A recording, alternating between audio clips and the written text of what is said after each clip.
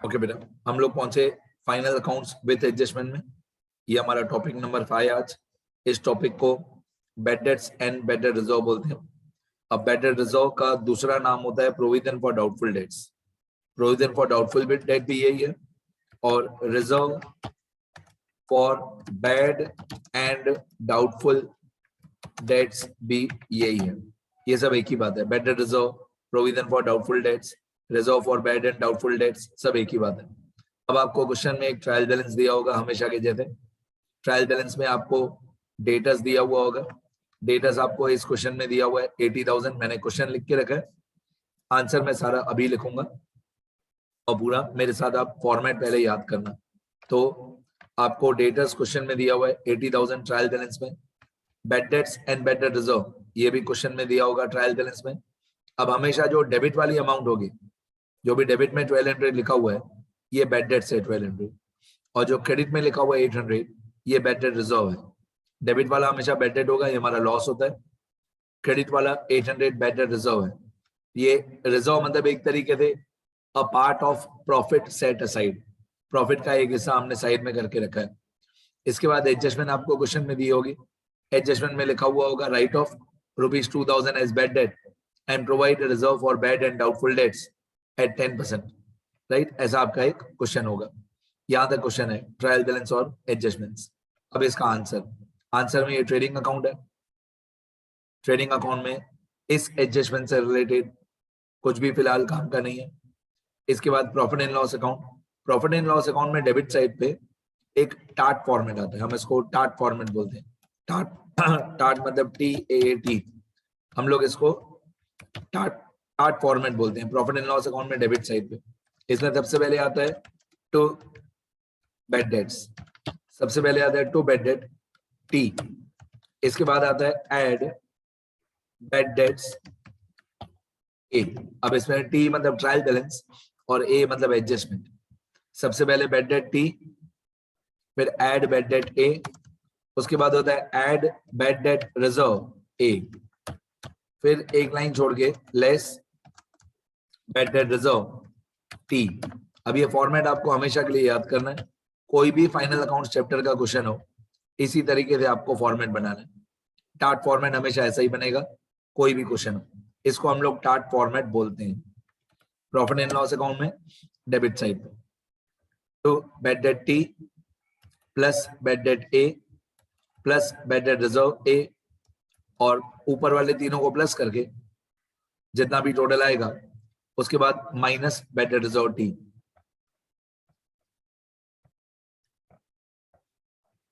ये हमारा फॉर्मेट हो गया, ठीक है। सबसे पहले बैड डेट T, फिर बैड डेट A, फिर बैड डेट रिजर्व A, फिर बैड डेट रिजर्व T। अब बैलेंस शीट में एसेट साइड पे डेटस का फॉर्मेट होता है, ये मैंने पहले से लिख के रखा है फॉर्मेट, अमाउंट्स मैंने नहीं लिखी है। बैलेंस शीट में एसेट साइड पे डेटस आते हैं। डेटस का फॉर्मेट क्या होता है? सबसे पहले डेटस, उसके नीचे एड अनरिकॉर्डेड क्रेडिट सेल, उसके नीचे प्लस और माइनस एनी अदर एडजस्टमेंट, मतलब डेटस से रिलेटेड कोई भी एडजस्टमेंट हो bad debts and bad debt reserve के अलावा, bad debts and bad debt reserve के अलावा कोई भी एडजस्टमेंट हो तो वो आपको प्लस माइनस करनी है। पहले डेटस के बाद प्लस अनरिकॉर्डेड क्रेडिट सेल, उसके बाद प्लस और माइनस एनी अदर एडजस्टमेंट, उसके बाद लेस बैड डेट्स A, उसके बाद less bad debt reserve A, उसके बाद less discount reserve on debtors A। इस क्वेश्चन में डिस्काउंट रिजर्व ऑन डेटर्स नहीं है, बट एज अ फॉर्मेट हमेशा के लिए मैंने बता दिया कि डेटर्स में एसेट साइड पे मैक्सिमम कितनी एंट्री आ सकती है डेटर्स के नीचे। तो एसेट साइड पे debtors plus unrecorded credit sale plus और minus any other adjustment minus bad debts A minus bad debt reserve A minus DRD A। मैं ऐसे याद करता हूं तीनों माइनस मैं ऐसे याद करता हूं तीनों माइनस तीनों A, bad debts A, bad debt reserve A और DRD A, ठीक है। अब आपको ये फॉर्मेट डेटर्स का और जो मैंने प्रॉफिट एंड लॉस अकाउंट में फॉर्मेट बताया बैड डेट्स का, ये फॉर्मेट आपको याद होने चाहिए हमेशा के लिए। कोई भी क्वेश्चन हो डेटा से रिलेटेड, दिस इज मैक्सिमम, ठीक है। अब इसको अमाउंट्स के साथ सॉल्व करने बताता हूं। सबसे पहले जो क्वेश्चन में ये क्वेश्चन है हमारा। क्वेश्चन में जो ट्रायल बैलेंस में डेटस दिया हुआ है 80,000, इसका एक इफेक्ट होगा 80,000 का बैलेंस शीट में एसेट साइड। 80,000 डेटस हमारा एसेट होता है, तो हम बैलेंस शीट में जाएंगे, एसेट साइड पे जाएंगे और डेटस के सामने इनर कॉलम में लिखेंगे 80,000, एक इफेक्ट 80,000। इसके बाद आपको क्वेश्चन में bad debts and bad debt reserve दिया हुआ है, bad debts and bad debt reserve. तो जो 1200 डेबिट वाला 1200 है, ये बैड डेट्स है। ऑब्वियसली ये ट्रायल बैलेंस में दिया हुआ, आप ऊपर देख रहे हो यहाँ पे ट्रायल बैलेंस लिखा हुआ है, तो ये 1200 को हम लोग बोलते हैं बैड डेट्स ट्रायल बैलेंस, और ये 800 को हम लोग बोलते हैं bad debt reserve trial balance. 1200 bad debt trial balance एक इफेक्ट होगा, और 800 bad debt reserve trial balance, इसका भी एक इफेक्ट होगा। अब 1200 जो बैड डेट ट्रायल बैलेंस है, ये आता है प्रॉफिट एंड लॉस अकाउंट में डेबिट साइड पे चार्ट फॉर्मेट में पहली amount bad debt trial balance. Bad debt trial balance यहाँ पे लिखा हुआ है, देखो, to bad debt trial balance. ये 1200 प्रॉफिट एंड लॉस अकाउंट में डेबिट साइड पे आता है, ये प्लस होता है। और 800 हमको क्वेश्चन में दिया हुआ था क्रेडिट साइड। 800 क्वेश्चन में ट्रायल बैलेंस में दिया हुआ था credit side, bad debt reserve trial balance. तो क्वेश्चन में दिया हुआ था क्रेडिट, तो हम लोग उसको कर देंगे डेबिट में माइनस। अब दिमाग लगाओ, डेबिट में माइनस भी क्रेडिट ही होता है, डेबिट में माइनस भी क्रेडिट ही होता है।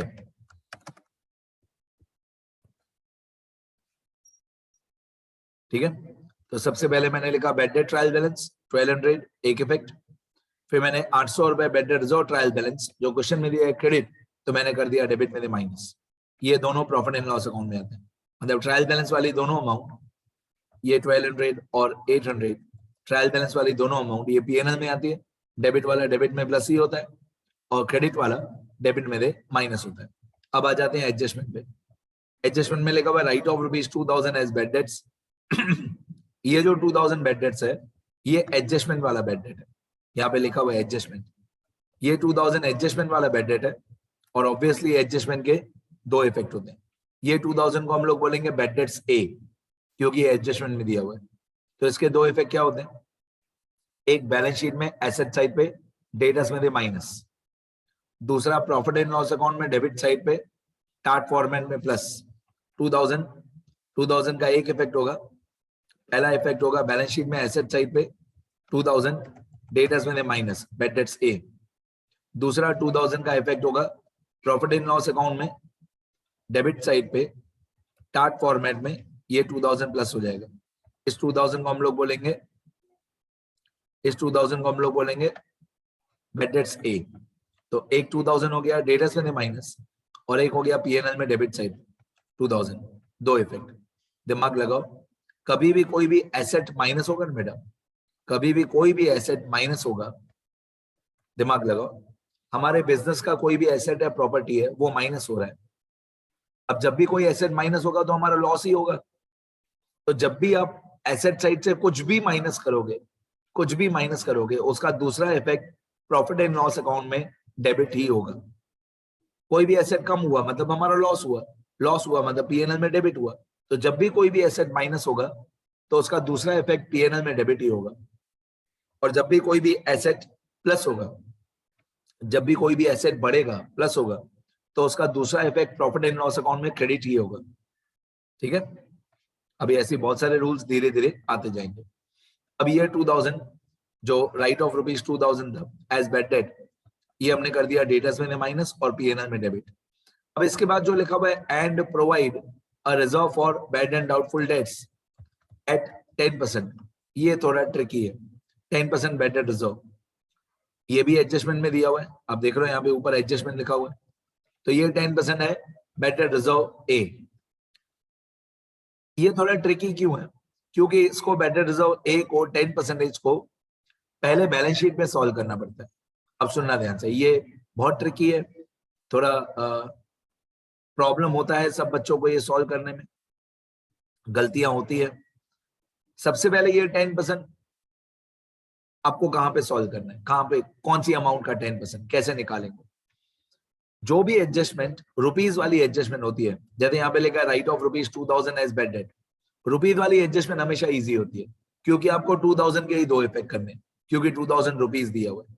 लेकिन परसेंटेज वाली जो एडजस्टमेंट होती है provide reserve for bad and doubtful debts at 10%। Percentage वाली जो एडजस्टमेंट होती है वो हमेशा हार्ड होती है, क्योंकि परसेंटेज वाली एडजस्टमेंट हमेशा डिपेंडेंट होती है कि 10% तो निकालना है, किसका 10%, कौन सी अमाउंट का 10%, वहीं पे कंफ्यूजन शुरू हो जाता है। इसलिए मैं बोलता हूं अमाउंट वाली एडजस्टमेंट, रुपीज वाली एडजस्टमेंट हमेशा इजी, परसेंटेज वाली एडजस्टमेंट हमेशा हार्ड, क्योंकि परसेंटेज वाली एडजस्टमेंट डिपेंड करती है 10% किसका 10%। तो इस क्वेश्चन में जो 10% हमको बेटर रिजर्व निकालना है वो यहां पे जो अमाउंट आएगी उसका 10%। अब इस अमाउंट को मैं बोलता हूं लास्ट अमाउंट। ये नाम मैंने रखा है, ऐसा कोई भी नाम बुक्स में नहीं है, तो प्लीज ध्यान देना, ये नाम मैंने रखा है, मैं इस अमाउंट को लास्ट अमाउंट बोलता हूं, ठीक है। तो ध्यान देना, हम लोगों को जो 10% निकालना है वो यहाँ पे जो लास्ट अमाउंट आएगी उसका 10% निकालना है। इसलिए मैंने बोला 80,000 में पहले अगर कोई अनरिकॉर्डेड क्रेडिट सेल हो, एडजस्टमेंट में दिया होगा तो प्लस करो, इस क्वेश्चन में नहीं है, इस क्वेश्चन में अनरिकॉर्डेड क्रेडिट सेल नहीं है। Any other adjustment relating to debtors वो प्लस और माइनस करो, वो भी इस क्वेश्चन में नहीं है। अब 80,000 में प्लस 0, प्लस और माइनस 0, फिर ये लेस 2,000 मतलब माइनस 2,000, तो 80,000 में दे अगर कोई अनरिकॉर्डेड क्रेडिट सेल हो तो पहले वो प्लस करो, अगर कोई एनी अदर एडजस्टमेंट प्लस है या एनी अदर एडजस्टमेंट माइनस है तो वो करो, फिर 2,000 बैड डेट्स ए का माइनस करो। अब हमारी ऑब्वियसली लास्ट अमाउंट आएगी 78,000, ऑब्वियसली हमारी लास्ट अमाउंट आएगी 78,000। अब ये जो लास्ट अमाउंट आई हमारी 78,000, इस 78,000 का 10% बीडीआर ए निकालेंगे। अब अगर आपकी ये लास्ट अमाउंट गलत हो गई तो 10% बीडीआर ए भी गलत हो जाएगा, तो ये लास्ट अमाउंट सही आना जरूरी है। ऐसे लास्ट अमाउंट लिखना नहीं, वो खाली आपके समझने के लिए, मैं एक ब्रैकेट लगा देता हूं जरे आपको पता चले, ये सिर्फ आपके समझने के लिए। अब जो हम 10% बीडीआर निकालेंगे वो 78,000 पे निकालेंगे। 78,000 का 10%, 78,000 का 10% होता है ऑब्वियसली 7,800। अब ये 7,800 हम माइनस कर देंगे, तो 78,000 माइनस 7,800, तो बाकी बचेगा 70200। इसके आगे थोड़ी देर के बाद बताऊंगा, पहले मैं 7,800 का बीडीआर ए का दूसरा इफेक्ट बता देता हूँ। ये बीडीआर ए जो 7,800 आया, इस 7,800 का दूसरा effect profit and loss account में डेबिट साइड पे चार्ट फॉर्मेट में प्लस 7,800, तो हम लोग ये 7,800 प्रॉफिट एंड लॉस अकाउंट में डेबिट साइड पे चार्ट फॉर्मेट में प्लस कर देंगे। तो अगर आप देखोगे ना तो ये 2,000 और 7,800 दोनों ये 2,000 और 7,800 दोनों बैलेंस शीट में माइनस हुए और दोनों पीएनएल में डेबिट में चार्ट फॉर्मेट में प्लस हुए, क्योंकि मैंने लॉजिक बताया जब भी कोई एसेट माइनस होगा तो दूसरा इफेक्ट पीएनएल में डेबिट ही होगा, एसेट माइनस मतलब हमारा लॉस, ठीक है। अब मैं ऊपर वाली तीन अमाउंट को प्लस कर दूंगा, 1,200 और 2,000 और 7,800, इन तीनों को प्लस करके कितना आएगा 11,000, इन तीनों को प्लस करके आएगा 11,000। अब मैं 11,000 में ये बीडीआर टी 800 रुपीज माइनस कर दूंगा, तो 11,000 में 800 माइनस करेंगे तो कितना आएगा 11,000 माइनस 800 इज 10,200, तो आउटर कॉलम में आएगा 10,200, इसको टार्ट फॉर्मेट बोलते हैं। अब बैलेंस शीट में जाते हैं, बैलेंस शीट में सबसे पहले 80,000 था plus unrecorded credit sale plus और minus any other adjustment minus 2,000 bad debts A, बाकी 78,000, 78,000 का 10% 7,800, बाकी 70200। फिर अगर एडजस्टमेंट में आपको दिया हुआ डिस्काउंट रिजर्व ऑन डेटर्स, अगर एडजस्टमेंट में दिया हुआ डिस्काउंट रिजर्व ऑन डेटर्स मान लो दिया हुआ 1%, तो वो 1% हम इस अमाउंट पे निकालेंगे 70,200 पे। सपोज करो 1% एडजस्टमेंट में दिया हुआ better reserve A, sorry discount reserve on debtors A 1%, तो वो 1% हम इस लास्ट अमाउंट पे निकालेंगे, ठीक है। मतलब पहले हमने 10% कितने निकाला 78,000 पे, 78,000 का 10% 7,800, फिर बाकी बचा 70200। उसके बाद कभी कभी एडजस्टमेंट में डिस्काउंट रिजर्व ऑन डेटर्स दिया हुआ होता है, वो भी परसेंटेज में दिया होता है, तो वो 1% अगर दिया हुआ है तो 1% किस पे निकालेंगे ये वाली लास्ट अमाउंट पे 70200 पे। अब 70200 का 1% होता है 702, बट इस क्वेश्चन में डिस्काउंट रिजर्व ऑन डेटर्स नहीं दिया हुआ है तो मैं इसको डिलीट कर देता हूँ। मैं एज अ फॉर्मेट आपको सिखा रहा था कि अगर डिस्काउंट रिजर्व ऑन डेटर्स दिया हुआ हो तो वो 70,200 पे परसेंटेज निकाले। उसके भी क्वेश्चंस बताऊंगा मैं, बट इस क्वेश्चन में डीआरडी नहीं था, तो डीआरडी ए नहीं था तो कितना था, 0 0 लिख देंगे। अब 70,200 माइनस 0, तो आउटर कॉलम में 70,200। मैं फिर से बता देता हूँ, बेटर रिजर्व का जो परसेंटेज है वो इस 78,000 पे निकालते हैं, और डिस्काउंट रिजर्व ऑन डेटर्स का जो परसेंटेज है वो इस अमाउंट पे निकालते हैं, 70,200। ठीक है, लास्ट अमाउंट याद रखोगे तो बहुत सारे डाउट सॉल्व हो जाएंगे। और बीडीआर का जो ये अमाउंट है 7800, ये पहले बैलेंस शीट में ही सॉल्व होगा, 10% बैलेंस शीट में तो ही आएगा, फिर ही हम इसको पीएनएल में लिख सकते हैं 7800 को। मतलब पहले बैलेंस शीट सॉल्व होती है, फिर पीएनएल सॉल्व होता है 7800 बीडीआर ए में। और एक दो क्लैरिफिकेशन बता दूं, अगर आपका ड्यू टू एनी रीजन, सुनना ध्यान से, ये बहुत गहरी बात है ये वाली, ड्यू टू एनी रीजन ये 78,000 अगर आपका लास्ट अमाउंट गलत आया किसी भी रीजन से, अगर आपके 78,000 गलत आया तो आपका 10% जो 7800 आया वो भी गलत आएगा। अब अगर आपने 7800 यहाँ पे गलत लिखा होगा तो आपने 7800 यहाँ पे पीएनएल में भी गलत लिखा होगा, और अगर आपने पीएनएल में गलत लिखा होगा 7800, तो आपका आउटर कॉलम जो 10,200 है वो भी गलत होगा, और अगर ये 10,200 10,200 ये भी गलत होगा तो आपका यहाँ पे प्रॉफिट एंड लॉस अकाउंट में डेबिट साइड पे आता है नेट प्रॉफिट, तो आपका नेट प्रॉफिट भी गलत हो जाएगा। और अगर आपका नेट प्रॉफिट गलत हो गया, अगर आपका नेट प्रॉफिट गलत हो गया तो वही नेट प्रॉफिट हम लोग बैलेंस शीट में कैपिटल में प्लस करते हैं नेट प्रॉफिट, तो आपका कैपिटल भी गलत हो जाएगा, और कैपिटल भी गलत हो गया, नेट प्रॉफिट भी गलत हो गया, तो बैलेंस शीट का टोटल भी गलत हो जाएगा।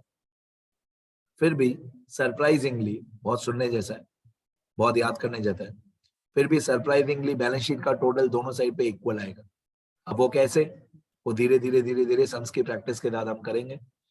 इसलिए मैं बोलता हूँ, इसलिए मेरे सारे स्टूडेंट्स को मैं बोलता हूँ कि बैलेंस शीट टैली होना, बैलेंस शीट का टोटल दोनों साइड पे इक्वल आना बड़ी बात नहीं है। बैलेंस शीट का टोटल अगर लायबिलिटी साइड और एसेट साइड इक्वल आ रहा है तो वो कोई बड़ी बात नहीं है।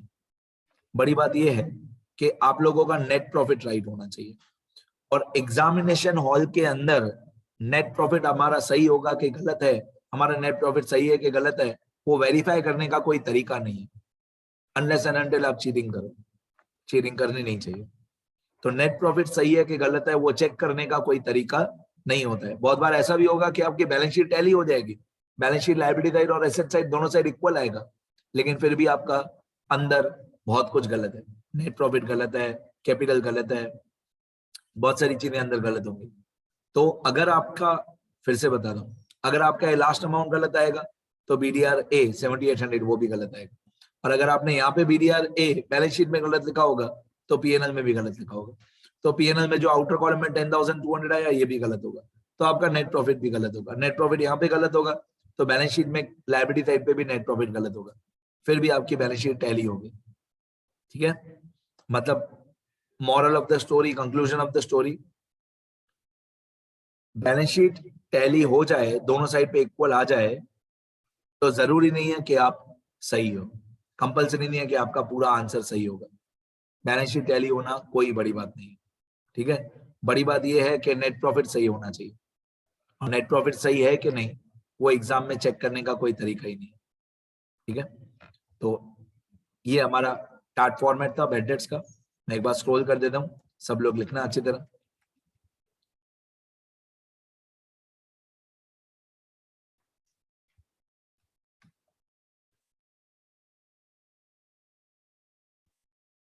ये क्वेश्चन है, ये हमारा answer, trading account, profit and loss account अच्छी तरह याद करना,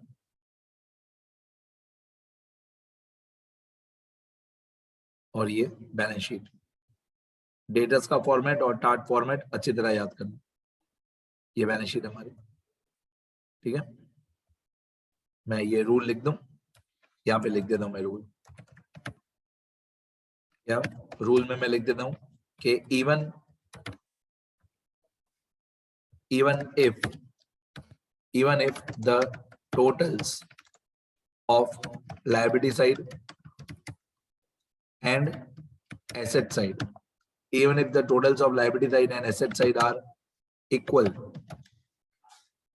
then also there may be some errors in preparation of final accounts. Balance sheet tally हो गई तो भी कुछ गलतियां हो सकती है. What is more important is net profit. More important is the amount of net profit or net loss. ये ज्यादा इंपॉर्टेंट है. नेट प्रॉफिट या नेट लॉस सही आना जरूरी है और उसको चेक करने का कोई तरीका नहीं है. There is no method to check whether our net profit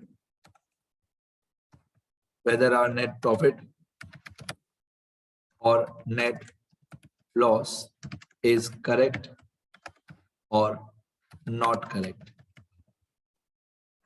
There is no method to check whether our net profit or net loss is correct or not correct.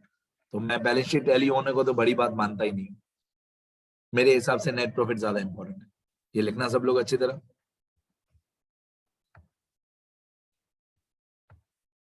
लिखते रहो बेटा.